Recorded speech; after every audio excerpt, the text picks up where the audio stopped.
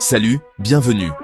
Aujourd'hui, je me plonge dans un sujet difficile mais important, les économies les plus fragiles du monde.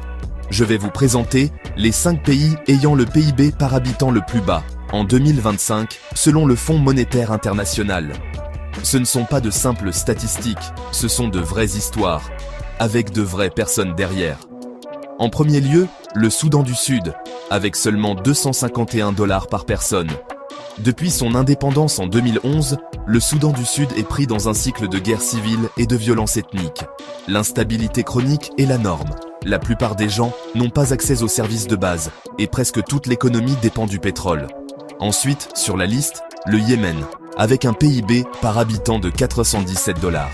Le Yémen est dévasté par les conflits depuis 2015. Les bombardements, les blocus et des années de violence ont conduit à une crise humanitaire généralisée. Les infrastructures ont été détruites, les institutions se sont effondrées, et la vie quotidienne est une lutte pour des millions de personnes. En troisième position, il y a le Burundi, à environ 490 $ par personne. L'économie y est principalement agricole, mais il y a un grave manque d'infrastructures. La terre est fortement cultivée, mais elle n'est pas très productive. La malnutrition infantile est alarmante, et les tensions politiques sont presque toujours latentes. Quatrièmement, nous avons la République centrafricaine, avec 532 $ par habitant. Des décennies de conflits armés ont laissé le pays instable, l'insécurité et la corruption freinant tout. Une gouvernance faible rend la croissance économique presque impossible. Et enfin, il y a le Malawi, avec 580 $ par personne. C'est un pays enclavé, qui dépend presque entièrement de l'agriculture.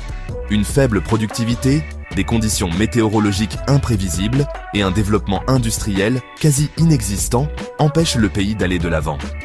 Alors, qu'est-ce que ces pays ont en commun? Les conflits, l'instabilité politique, des infrastructures faibles, une forte dépendance à l'agriculture et peu de diversité économique. Ce ne sont pas des problèmes qui peuvent être résolus du jour au lendemain. Ils nécessitent une action collective et une véritable solidarité. Merci d'être resté avec moi pour ce tour d'horizon.